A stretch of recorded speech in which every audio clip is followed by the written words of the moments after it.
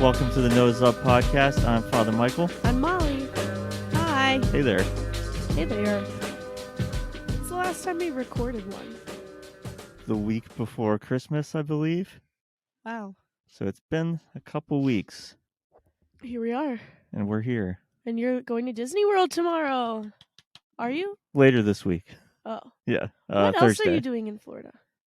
Kennedy Space Center, which I'm probably most excited about. Really? Yeah. That's awesome. A swamp boat ride.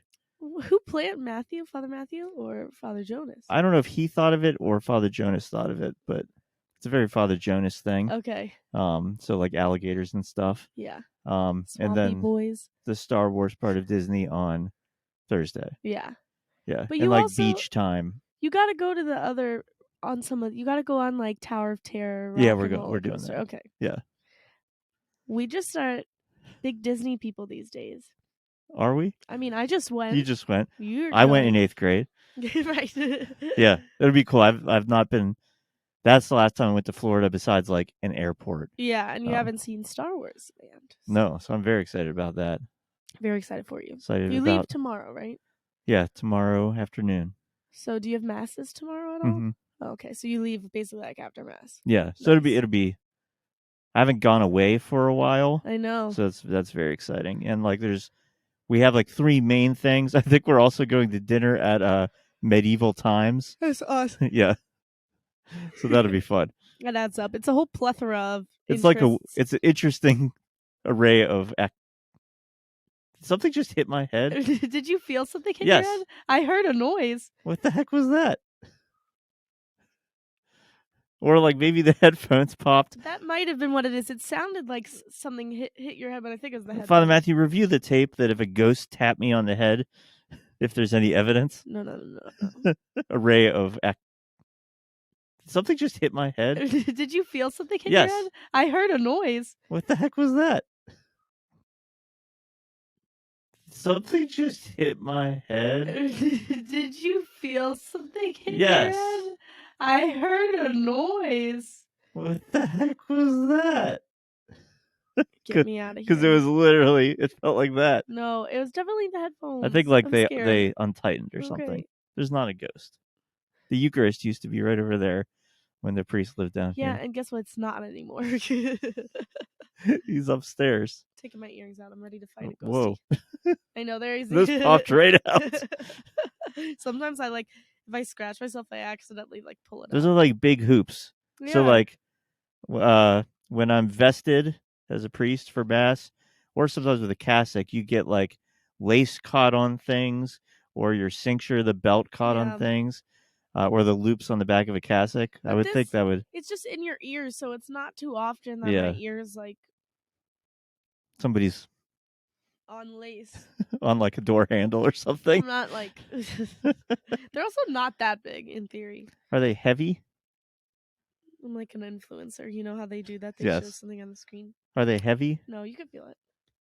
Oh no, they're not heavy at all. Yeah, this is the thing. I enjoy fashion. Yes. But all within the realm of comfort. Mm-hmm. I am never going to wear something that looks nice if it's uncomfortable. Very smart. Yeah. So I find ways to if these were heavy, I would just be completely uninterested in wearing them. So anyway, that's where we are. Happy New Year. Happy New Year 2023. I guess we had a New Year's episode. Yeah, but we recorded it not in the New Year. It's actually 2023 now. Actually here. It's a new year, you. You're going to hit the big 4-0 this year. Way to tell everybody. We were with the seminarians the other day, my brother and another priest. And I don't know what the seminarians were just talking about stuff. They're being seminarians. And somebody said, yeah, when you guys are retired and we're coming up, I'm like, it's not how much older do you think I am than you? How old did you tell them your age? No, I didn't get into it. Okay, I wonder how old they think you are. I feel like you look your age. I feel like you look like 5 years younger than you are. That's what I'm going for. Yeah. Yeah. Because at a certain point, you don't want to look like that much younger when you're like an adult. But once again, my niece Sophia today said, but your hair's so small. It is. It's really small. You got to work on that. I'm trying. I get advertised constantly for Hymns, which has it's like a men's It does. They have a bunch of stuff, but one of them is a hair regrower. Something. Would you ever do it? At this point, can you imagine? No, I Say don't. if there was something that really worked. Say I Yeah. could grow a full head of hair back. No, That would be shocking. it's not worth it. No. Also, I don't like. You don't look bad bald. I would tell you to do it if you looked bad bald, but I almost feel like you look better without hair than I you would kind of with like hair. it. Yeah. But I've never met you or knew you with like a lot of hair. Yeah, it's been a while. Yeah. When did you commit to it? How old were you? When I went to in college, up to the end of college, I wouldn't cut my hair for months and months. Okay. And then when I went to seminary, out of like professionalism, Yeah. then I cut it like short, but not like buzzed. Okay. And then it's all happened as a priest that it's like just cut it off. And then COVID year, right before COVID for Christmas, I got clippers because I asked for them. Okay. And then that's when I haven't been to the barber since. There you go. It's just why would you? zoop. It's just a zoop. How often do you zoop? Every couple of weeks. Oh, okay. Yeah. Nice. It's kind of pleasant. Easy peasy. Yeah. Beautiful breezy. Cover girl. Maybe it's Maybelline. It's the second time we've made that joke in the past couple of days. I don't know what's going on. I don't know what's going on at all. That's fine. You're going to Florida. You'll figure it out. Have some self-discovery. I'm very excited. I'm excited for you. Yeah. Let's get into our topic today, which is a suggestion from you. Yes, it was on our list. Okay. I don't know if I thought of it originally. I didn't even remember that it was on the list. Yeah. But tell the people. We have a running list between Father Michael, Father Matthew, and I of just like ideas sometimes we draw from. One of them we were looking last night is how to handle relational conflict. Are you sure we haven't done this? I don't think we've specifically done this. I'm sure we've touched on it. But not like really like dived into. What do you mean by relational conflict? Like we are all humans, therefore we're not perfect, and therefore our human relationships and our relationship with the Lord isn't going to be perfect. Mm-hmm. Like you can't but I feel like sometimes we expect that out of relationships. So there's going to be conflict because no one's perfect. Like even with the people I'm closest to in my life that understand me the best, I have conflict with them sometimes. So, but I think sometimes we like want that to just not happen, but we really need to talk about not how to avoid it from happening because it's kind of hard to. Because when you're two different people, you're going to have conflict. Doesn't mean necessarily a knockdown, drag out fight, but like disagreements or like hurting each other's feelings, anything like that. We need to talk about like what to do when that happens, how to handle that in a holy way, because it call me cynical for saying this, but it just will in every relationship you have in one way or another, or you're not talking about what the conflict you're feeling internally. You know what I mean? Because we're not perfect, right? And we sin, and sin means selfishness, sin means self-centeredness. Like it's going to come up, and yeah, I think that's a really good point. Of not maybe we tend to think that we're both Catholics, we're both trying to be serious about our faith. There won't ever be a conflict. Right. That is unrealistic. Yeah, because then I feel like the way to actually avoid conflict is to not avoid it. Yeah. But it can be really tempting to be like, no, my relationship won't have any conflict, or like if I do this thing, it won't. But like it actually will probably have less if you prepare for it and if you handle it in a healthy way. It'll go way faster. So I don't know. I just think people don't really talk about that. Like how the healthiest relationships almost should have conflict. Now, it should be handled in a healthy way. I'm not saying you should just fight all the time, but like if you're really being honest with each other, conflicting things are going to come up. So what do you do with that in your close relationships and in your not close relationships? Because there's differences there. It's not like every person you have conflict with you have to want to be close to. Yeah. Are you a bottler? I know the answer to this. Are you bottler up when you feel like upset with someone? I know. Yeah. But I don't know. I mean, I don't like confrontation. I'm not. I know people who are very fine being open, like, hey, I disagree with you. I don't like how you did that thing. Let's talk about it. I am not that. And I tend to want to back off, and it'll get fixed. Yeah, or just like, it's better I'm this way too. But I think I've grown a lot in this. I think you have too. But that's my natural tendency as well, is like I'd rather be upset internally and keep this bottled up and deal with the negative effects of that on me personally than add any sort of like risky conversation to a Yeah. relationship. Yeah. But it's always better when I do. I had a phone call with with a friend the other day. This is my friend. Hello. And it was awesome because I was like bothered by something. I wasn't sure if I understood correctly. And so I was talking to Zach about it, and he was like, it's someone I'm very close to who's very normal and healthy, you know. And so he was like, I feel like they would want you to bring it up, like, and not to, because I was like, I don't want to like deal with this. I don't want to. I get so anxious with this stuff. I don't want to have a phone call about this. And but Zach was like, this is how you like respect that person and like yourself, and you don't have to call and be like, you did this. And so it was really a conversation of like, this is how I'm feeling, but I love you and I wanted you to like give you the space to speak to this, because if I didn't tell them, they would have no idea I was feeling that way. Yeah. And that conversation was like 20 minutes, and it was very easily like sort of like misunderstanding slash just an explanation helped me to understand. Yeah. And if I didn't, I would have like had that like resentment in my heart, which resentment just doesn't go away unless we do something with it. No, and we tend to feed it and hold on to it. And if I could have held on to that, and I'm sure sort of let it go, and then the relationship could continue.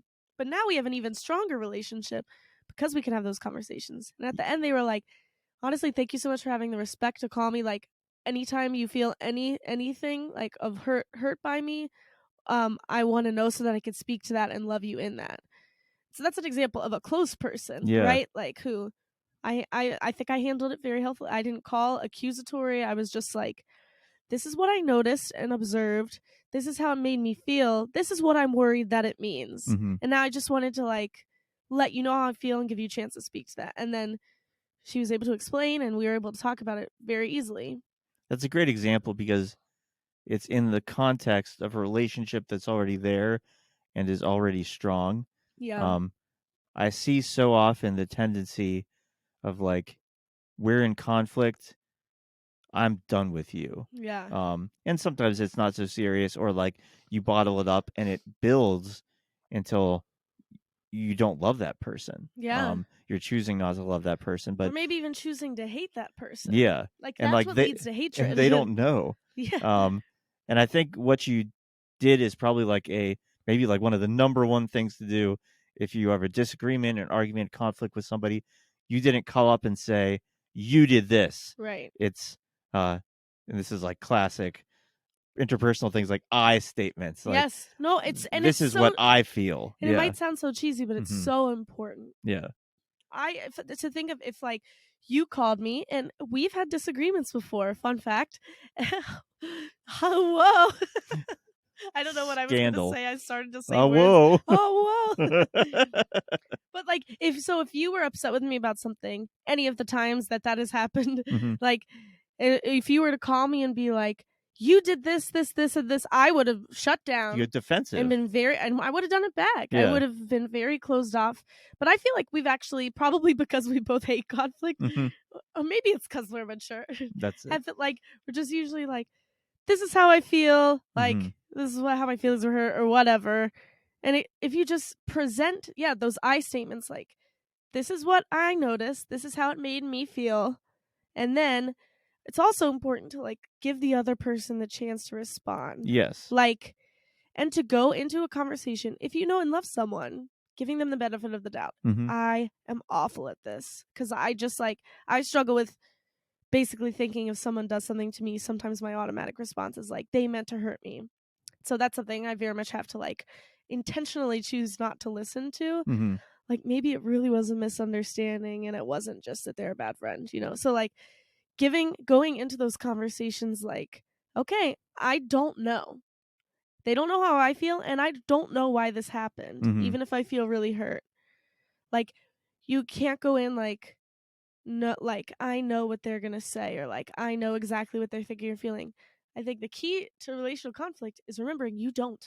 Yeah. Like, you never know for sure. Even the person closest to you, even if you think you could guess well, like at the end of the day, we each have our own minds and our own hearts, and we cannot read each other's, no matter how well you know someone. And the best thing for my relationships has been reminding myself of that. Even with my husband, he cannot read my mind. What? I know.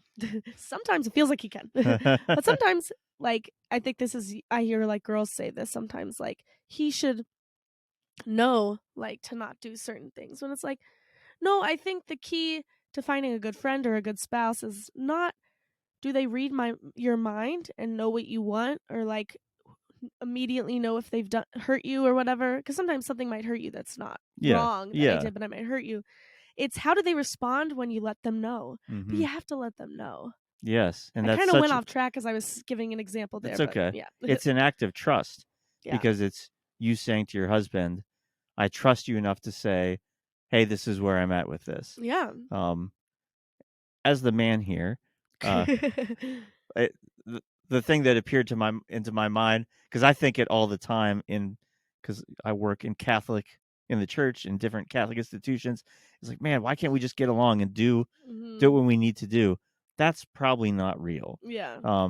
You're going to have conflict, and I think the idea of like just suck it up, do what you have to do, it tears people apart, and it's not just in personal relationships, because I think Right. in bigger things, and like I've worked in schools and I Yeah, work in the workplace diocese conflict. and parishes, like it breaks up what God uses to do good things, and if there's those sort of like hidden um hatreds or bitterness, that brokenness that's there, it's so easy to like let it fester rather than, take a hold of it however you need to, which is usually by actually talking to the person and then like letting us all be free. Yeah, that's a hard thing. And it's not a weakness it's not like a feminine thing Yeah. to express what you're feeling about something if there's conflict.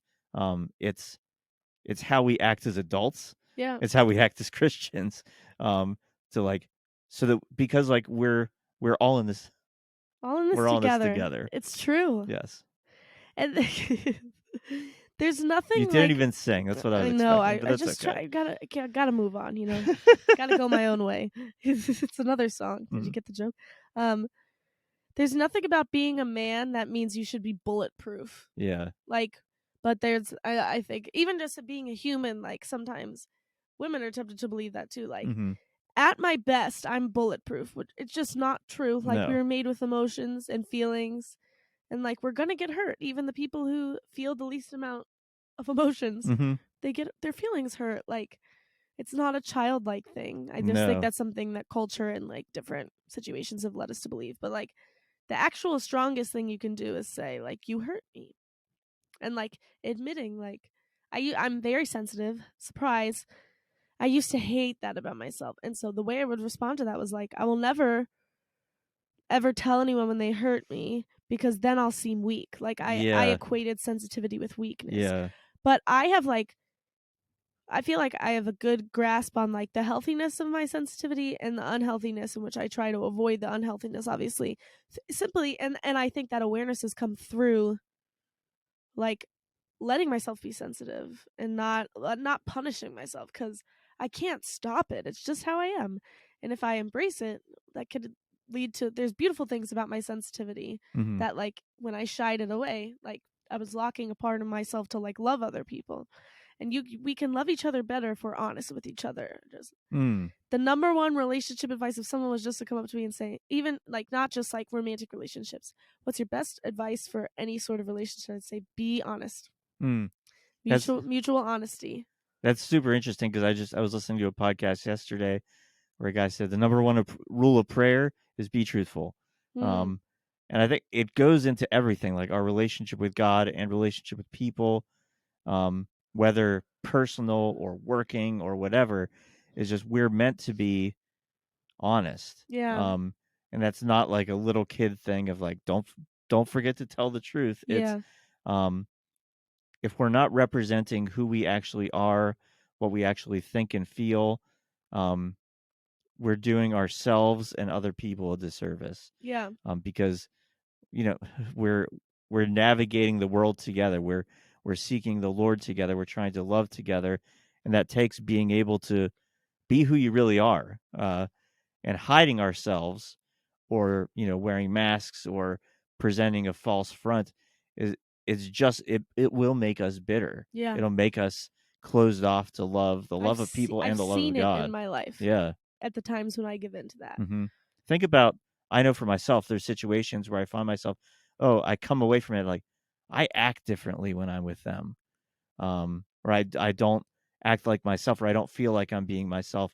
That's not a good feeling. Yeah. The best relationships are where you feel you can be authentic. Yeah. For better or for worse. For better or for worse. And with God, obviously that's the main one, but I think that's meant to be reflected in all of our relationships. Yeah. And I think this leads into, what about when people don't respond to that well? Because so I I think you should be honest even if people don't respond well to it. Mm-hmm. But that's hard. Yeah. I hate making people upset with me. I used to actively avoid it at every chance I could get. And I Mm-hmm. still give into that a lot, cuz who likes to have people get mad at them? I said that to someone recently. They were like, I was like, I don't like that. He was like, no one likes that. It's like, that's a good point. It's not like a me problem It may not bother some people as much, right? but yeah, I mean, it's not good. Yeah, and it's never gonna. No, rarely is someone gonna be like, I don't care, Yeah. you know. Um, but so let's say, and this is it happened in my life. I am honest about how I've gotten my feelings hurt, or just like how I wish they did something differently, Mm-hmm. etc. And I do it as charitably as I can. And they a big thing I think is overlooking, or what's the word, undermining it, just like whatever, that doesn't matter. Or not that by big thing I don't mean that's happened a lot, but Mm-hmm. I think that's a big example of Yeah. what people might do, is just like whatever, I don't really care, or like you're being sensitive, Mm-hmm. or I disagree and I'm gonna bite your head off about it. Um, Hmm. then I mean, honesty has aided you and it's not to say the answer is not to then do it back to them, but that can be a mental note of like, this might not be a person to keep extremely close to myself. I Not can't necessarily be vulnerable with them. Yes, and Mm-hmm. there's gonna be people like that in your life, Mm-hmm. like, and that doesn't mean kick them to the curb, but okay, maybe it is healthy for me to have some walls up here Yeah. in this particular relationship, Mm-hmm. if they can't respond to that in a way that's like healthy for me.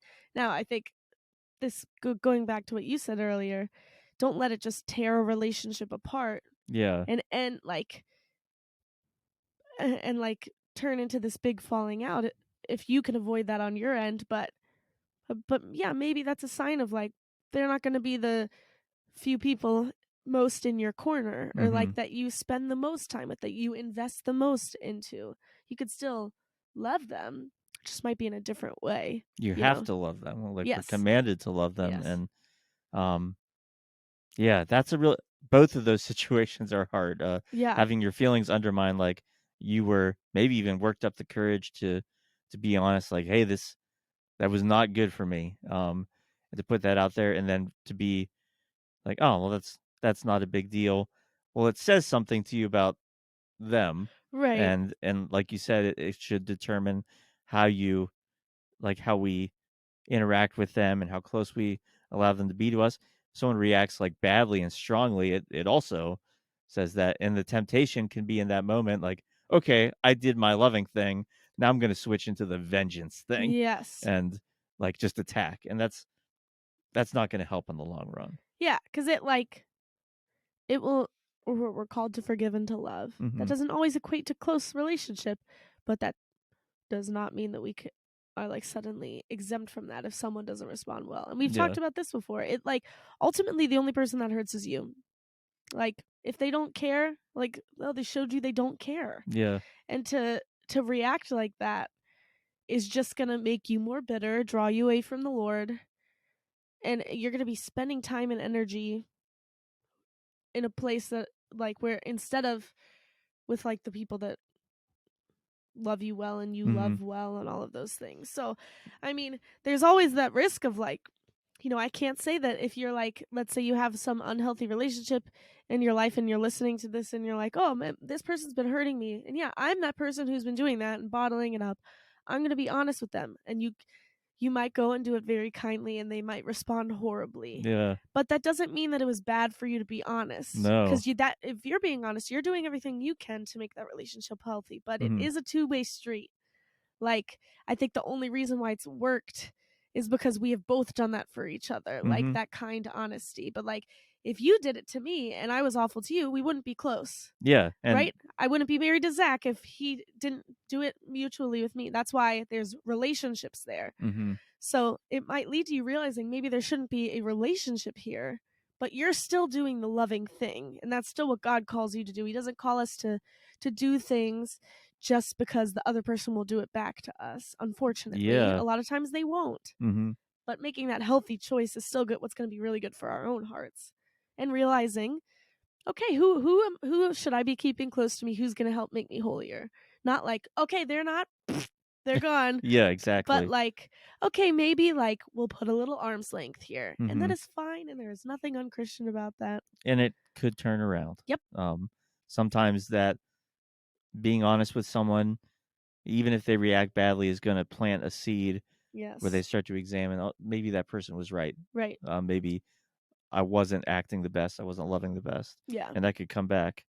I think it's helpful to think about this, like in this, we worked in a school, which is a lot of people.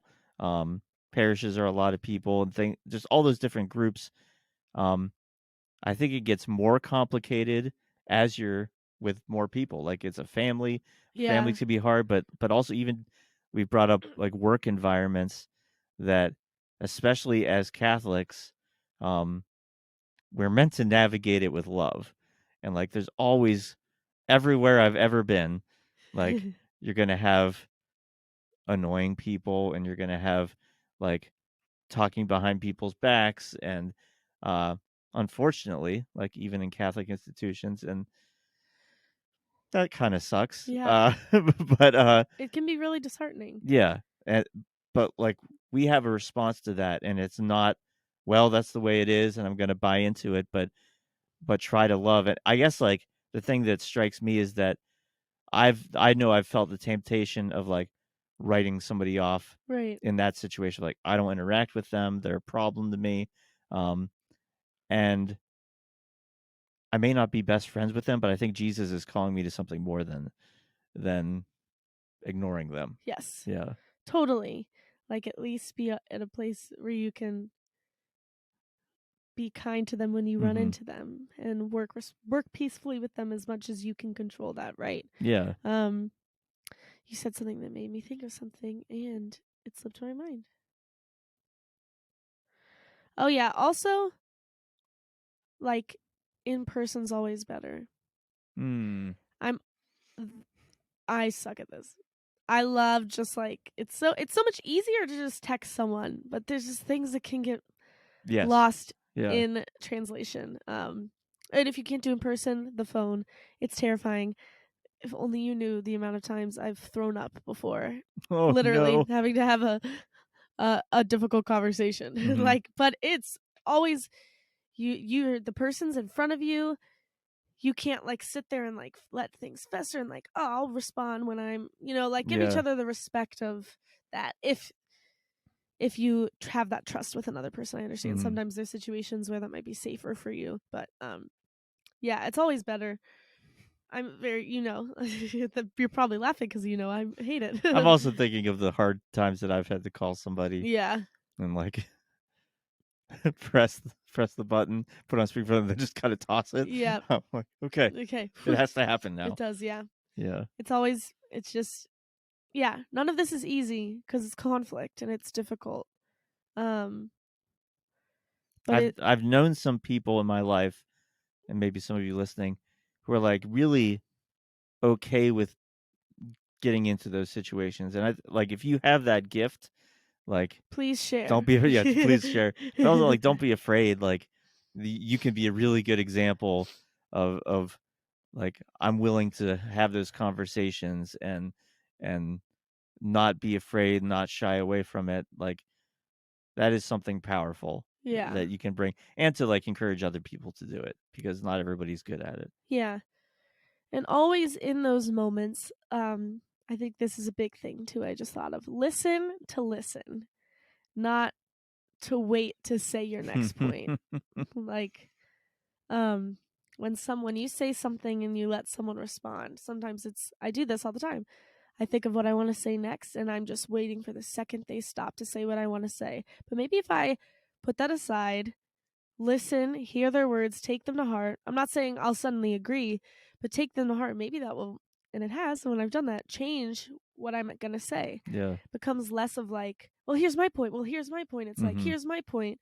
This is what I feel about your point. Okay, I understand. This is my comment on that. Like, validate each other's feelings, like, none of us are perfect, and sometimes we hurt people when we don't mean to, and even when we haven't necessarily done something objectively wrong, like I said earlier.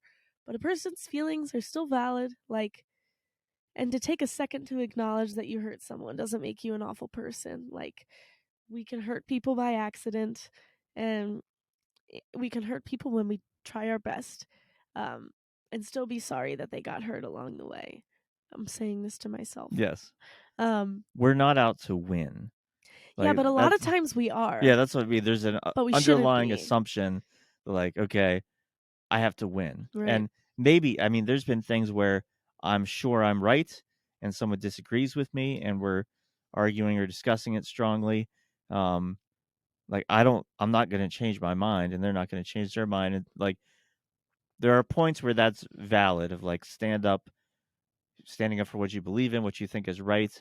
But especially in like personal conflict, if we go into it with, I'm going to cut them down, Yeah. and they're going to realize they're wrong. Right. Like that's not loving. Yeah. You may be right. Right. Like that's okay. It's okay to be right. But who cares? Yeah. Like, what does that win you? Mm-hmm. Nothing really. Mm-hmm. Not humility. Like, unless you handle it with humility, Yeah. might make you more prideful, even if you are right. If you're not listening to the other person or like having a conversation, like, you're not making yourself holier just because you're right. Doesn't earn you anything. Yeah. Zach has taught me so much about this. He's very good at, like, if we start off disagreeing about something and we have a conversation and he realizes, and it's oftentimes him too. So like, and he realizes in a particular instance I was right, he'll be like, oh no, that makes sense. I'm really sorry. Mm-hmm. Yeah, I really understand. He's very good at apologizing. He's unfortunately usually the first to apologize. So he has taught me a lot about that. And he's very good at admitting when he's wrong.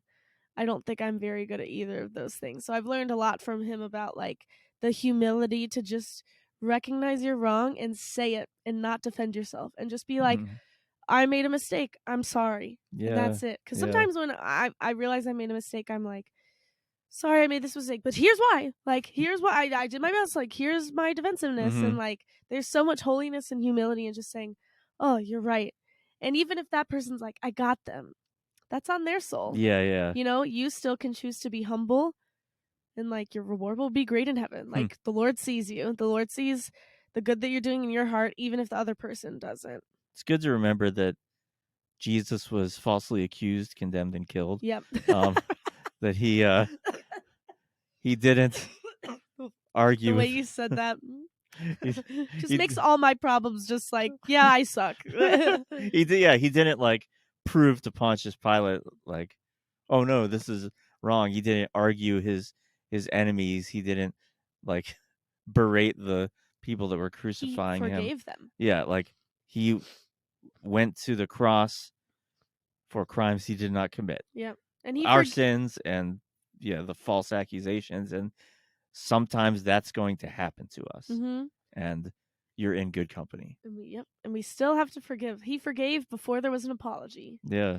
And then, that he did what the Lord called him to, and that was the proof there, right? Mm-hmm. Like, he won people over to Christianity not by saying, I'm right, you're wrong, but by being truth, by being love, And like doing that is what will actually change hearts. Yes. I think about this. I'm thinking I've mentioned this before, like how like certain protests. I'm not saying all protests are bad.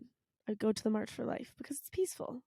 But like holding a sign in front of a courthouse and screaming that this president is bad or this political party is bad or this agenda is bad, as much as you might be right about whatever message, I don't think that if that person who shares the opposite view walks out and sees that, I do not think it's going to change their heart. No.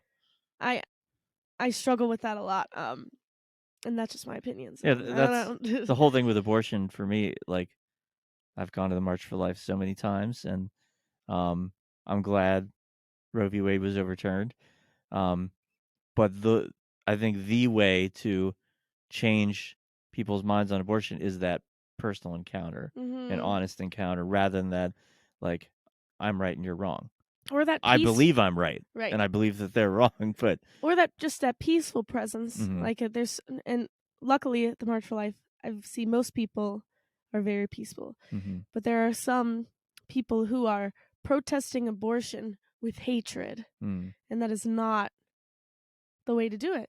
It is not solving the problem. The times or even just like a Christian versus a non-Christian, like the times I know of someone converting to Christianity, it's never been someone telling me they ran into someone on the streets holding a sign saying, "You're going to hell," that converted them to the Lord. It's always like, there was this example of someone in my life, or I went on this retreat and heard about the love of God. Yeah. Like, it's worth keeping in mind. Yeah. Well, I don't know. Those are my thoughts. I don't have any thoughts left. Great. Yeah. Be honest and be loving. Yeah. At the end of the day, that will get you to where you need to be. Yeah. Let the Lord take care of other people. It lets the Lord work. Yes. Because we're getting out of the way. Yeah. Awesome. Yeah. Well, Father Michael. Yes. How's God loved you lately? Let me paint a picture. I'm ready. Christmas happened. And on the Monday after Christmas, I didn't have anything. I was gonna sleep. I did sleep in pretty late. And I was just like gonna recover. It's been an intense week. I was sick before that. I was just like gonna sleep, gonna rest. And I was in bed, and I got a phone call from the guy who runs our bingo here. He said, "There's a flood in our hall, and it's a disaster." I'm like, oh no! It was in fact a disaster. And it was, and there was a flood. And like we dealt with it, and people from these guys from the parish came and did things I couldn't do, fixing pipes, and they had a pump, and that's awesome. All the things. So, but at one point, I was kind of like talking about, like as a pastor, I walk into this, I don't know how to solve this problem. I don't know how to fix any of these things or like deal with the consequences of it. And the one guy said, this is a guy who spent all day fixing pipes. He's like, well, I can't make the Eucharist, so we'll do the plumbing. That was such a powerful thing to hear. Like, yeah, that's okay. Like, as the pastor here, I don't need to be the plumber, the all-time problem solver. I can't be a plumber. I can't be a carpenter. I'm not an accountant. I'm not a lot of things. God's called me to a specific thing, and that we can all work together. And so that was really reassuring, and just seeing how much, especially these men, really cared to take care of the parish and solve this problem. And so that I like to take that weight off of my shoulders, because I couldn't deal with it. Yeah. But just see that support, and to recognize, we all have a part in the body of Christ in this parish specifically. Oh, that's awesome. Yeah, that was really great.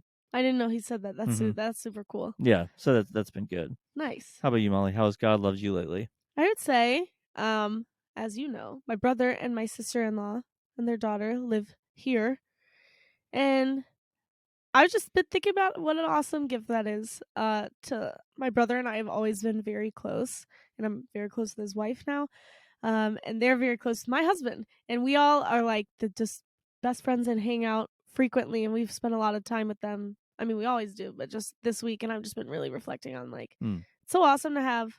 Because not a lot of people have this. My brother lives in the same town as me, right down the road. we get along super well with each other's spouses, and it's just like such a like the gift of family, and to have that so close is like such a special thing.